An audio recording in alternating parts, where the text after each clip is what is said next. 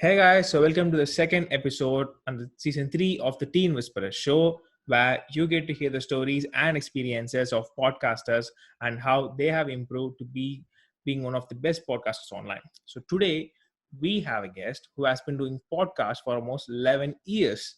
She is the host slash producer of DNA Today, which talks about discovery of new advances in genetics. That's actually really actually sounds really cool. And without further ado, let me introduce you to Kira Dineen. Kira, welcome to the show. Please tell a little bit about yourself and your podcasting career. Thanks so much, Jeffrey. As you said, I've been podcasting since 2011, so I think almost 9 years now. And I've hosted a few different shows, mostly in the healthcare area. And so my main show is DNA Today. And have a career in genetics. So this is kind of more of my show that I focus on, that I produce myself and have a team behind me. And it's been a really great experience to learn more about genetics through the show and as I've gone through school, to be able to interview experts in the field and just hear about all different areas of genetics. Wow, that's really great. And just a kind of personal question: what actually inspired you to take this genetics? Because one of the reasons why I never took a science major, because I actually got really high marks in science, but I never took a science major because I hate writing records. You have to write, you have to draw, and all this stuff. I was actually really poor at it, because that's one of the reasons why I never took it. And when I see people like took these things, it's really amazing. So, what inspired you to that? I think genetics is such an interesting area because it's always changing.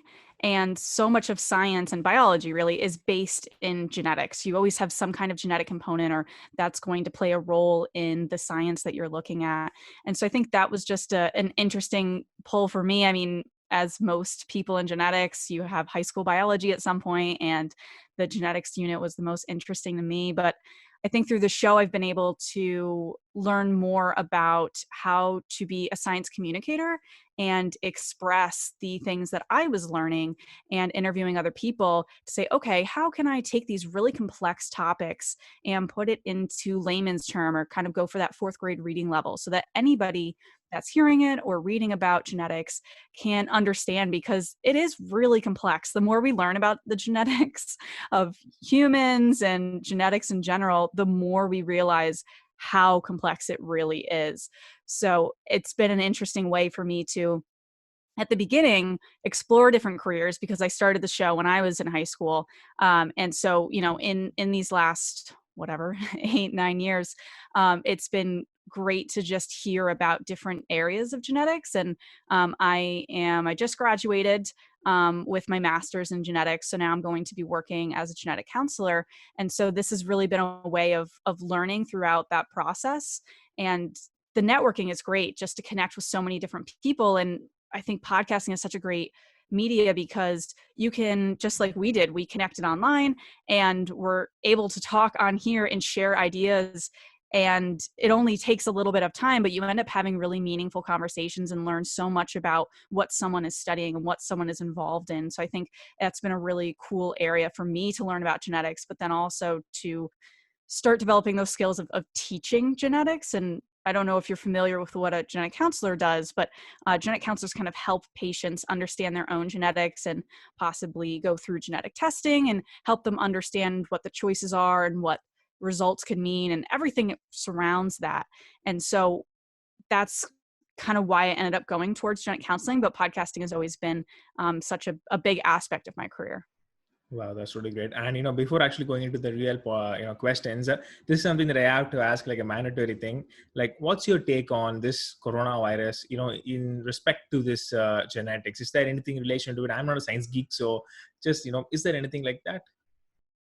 There's been some research, certainly, of looking at genetics, and I don't know too much about that, little outside of my realm, but I think that that's such an important aspect of, I've seen a couple different articles and wanting to do research, and I think it sounds like there are some companies and organizations and institutions starting to do this, of looking at people who have had coronavirus and recovered from it, and seeing if there's any kind of genetic component that maybe predisposes you to be able to have the virus and beat it and recover from that. So I think there's so much in genetics that can be used and studied, going towards this vaccine that we're all anxiously awaiting. So I think genetics is definitely an area that is really important in all of this, along with all of the other areas with the vaccine. So yeah, definitely something that's really interesting, and I should read more up on that. Well, do let us know once you've done that. Now, let us jump onto the podcast. So the first question is that how to properly, repurpose your podcast? Because I've seen your Facebook post where you have started your blog series, you have given many speeches and interviews, and all happened after you have launched your podcast in 2012 or 2011, if I'm being correct. So tell us a little about that. So I think repurposing your content is so important. When you put out a podcast episode, you put it out once typically, and then some podcasters don't come back to that. They're like, okay, yep, but that was an episode from 5 years ago or 6 months ago or a month ago. But I think it's important to look at the episodes you're producing, and some of them are going to be content that is really just a one-time thing, and it's not really going to be relevant later on. So that might be something that an event that happened and it was very specific to that time, and the content from it was really just maybe that week or that month that was relevant to people. And years later, you don't really care. A lot of news stories are like that. You're not really going to revisit news stories from 5 years ago unless there's something that has been added to it and it's more of a storyline. But the content that can be reused, I've seen the term evergreen content. And so with that, it's important to kind of choose and dice out, all right, what's your evergreen content that you can be repurposing? And then what's your content that was really more of a one-time occurrence? And with that evergreen content, I think it's really important to see when in the year you can reuse that content. So at DNA Today, our team focuses on a lot of national awareness months, weeks, days. And so we've created a calendar so that for instance, June is Pride Month. We had an episode a couple months ago, or 2 episodes. It was a part 1, part 2, with the Baileys, who was a lesbian couple, and they had gone through reciprocal IVF, which is infertility treatment. So they were not able to get pregnant on their own. And so using a sperm donor and other aspects of that, they were able to have their own children. And so with that, we released that in April as part of our fertility series, because April is, I think the end of April is Infertility Awareness Week. And so we launched our series with that week. But looking at June being Pride Month, we're like, oh, this is another occurrence where we can use that episodes that we produced earlier in the year, say, let's repurpose this. Let's put it on social media, say Happy Pride Month, learn more about reciprocal IVF as an option for lesbian couples that are looking to create their families. And there's so many different paths to parenthood, but that being kind of an example of we can reuse that in June and re-promote that content. So there's a lot that you can look at. And I think National Awareness Days, Weeks, Months is a good place to start, because it kind of gives you an outline of, okay, it's Brain Awareness Month. Let's promote episodes about neurology or neurogenetics. And so there's so many different ideas within that. And I think that's can be a good place to start, because it is kind of daunting of like, all right, how do I start repurposing this content? But I think that can be a good place to start.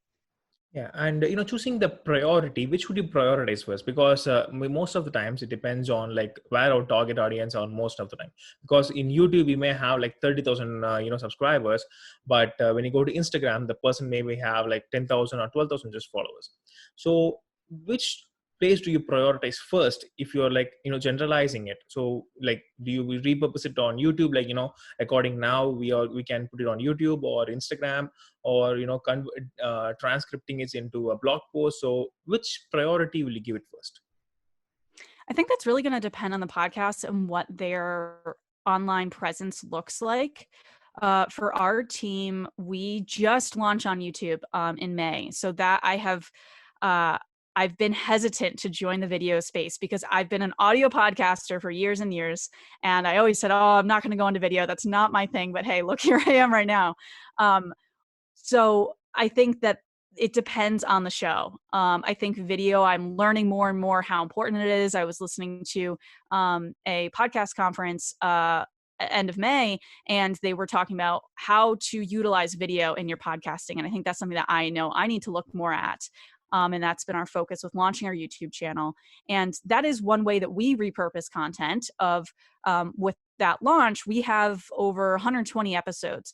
So we are taking all of our episodes and releasing a few every Thursday so that we are kind of going back into the vault. Now all of these episodes are available on our website, but we're taking that as how are we repurposing this? All right, let's take all the audio, turn it into video for our YouTube channel and release a few every week so that in 6 months' time, all of our episodes are going to be available on the YouTube channel.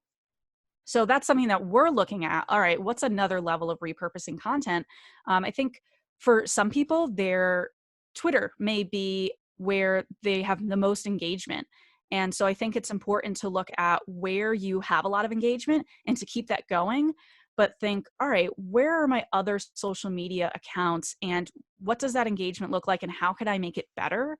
And sometimes repurposing that content can really help, especially if you are tapping into other markets.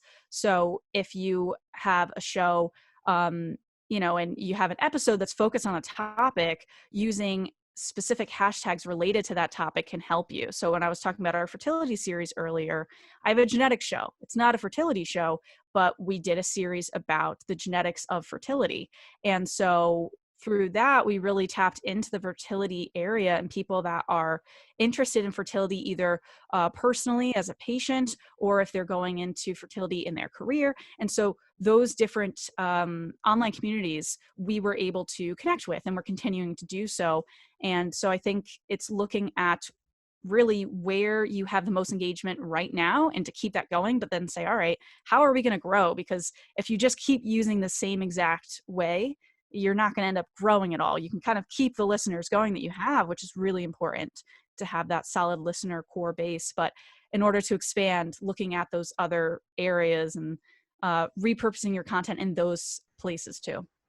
Wow, that's a really great explanation. And jumping back on one or two those things that you are saying about the evergreen content, like something that's if I'm recording this podcast, like what are the problems that our podcasters are facing, no matter, like it took years, some people will search for it, no matter what.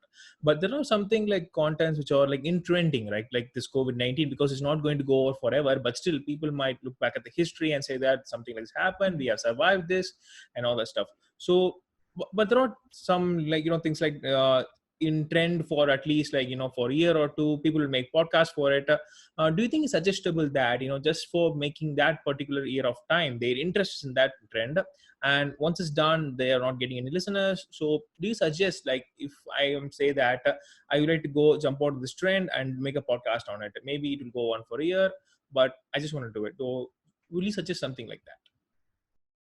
I think that can be good. I think looking at evergreen content as being something that can continue getting your show traffic over time is great, but you don't only have to have evergreen content. So I think you bring up a really good point that having content that's really relevant to that time is also going to bring you a lot of traffic right then. And if it's interesting enough where you have a podcast episode, say about COVID-19, I mean, that I think people are going to be looking at for a long, long time. I mean, this is like, it's a pandemic. So yeah, it's certainly going to be in our history books and, the new forms of that. I think that's kind of old school at this point, but having people listen to your podcast and then continue listening. So looking at that hook, how are you hooking people into your show? If it's a specific area, people that are really interested in that area hopefully will find you if you're posting in the right places and you're engaging with those online communities that already exist. But looking at those new listeners, if you're producing content that is going to be more of a hot topic, I think that can really help bring in those new listeners. And with that, you want to see, all right, what is the hot topics right now? And what is the hot topic in your area? Another hot topic in genetics right now is CRISPR, is a technology that allows for genetic editing, and it is so different than so many others. It's such a much quicker, faster, easier way to be editing genes compared to other methods that we've had in the past. And so when that started, I was like, oh, I got to make some episodes about CRISPR because people are searching this. So if they're searching this, I want to pop up in Google. I want to pop up on Twitter, Facebook, Instagram, now YouTube. So looking at what are hot topics in your area saying, all right, I got to make some episodes about that. And so some of those will continue, but others may not.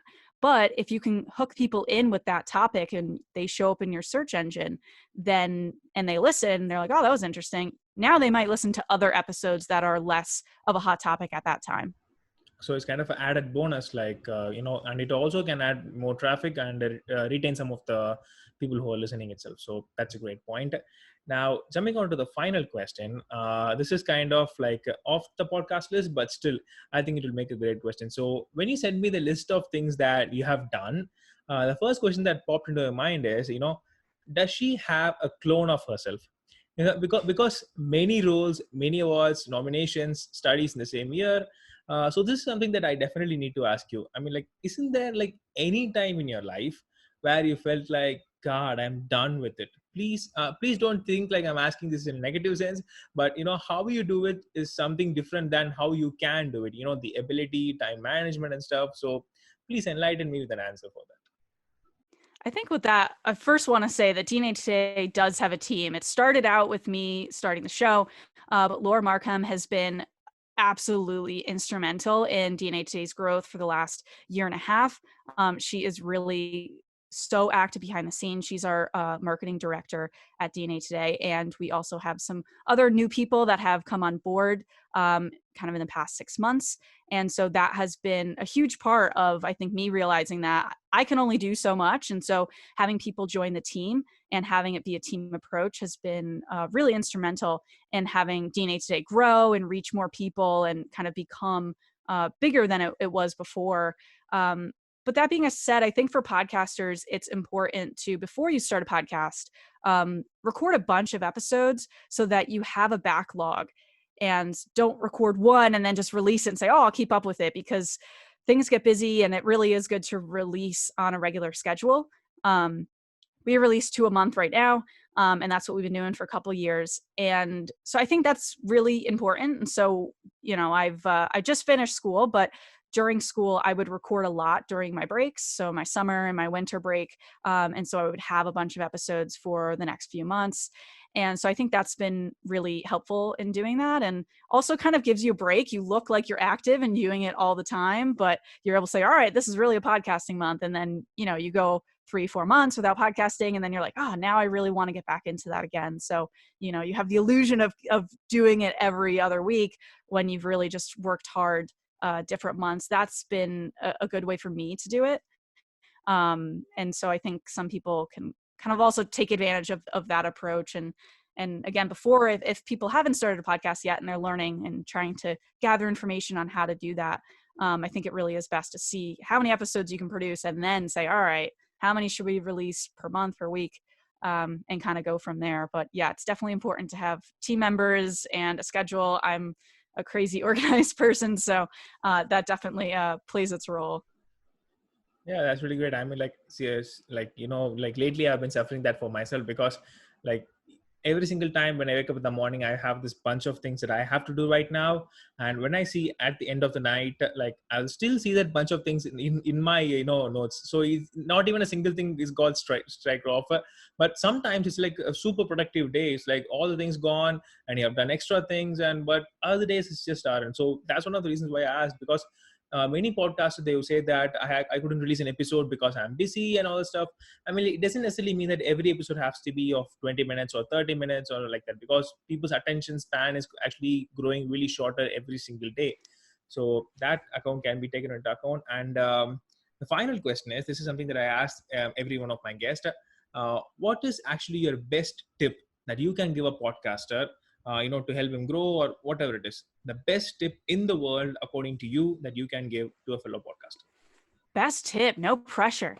I would say that having an episode outline is really, really important, especially if you're starting podcasting. So all of the episodes that I've done throughout my shows, I've always had an episode outline.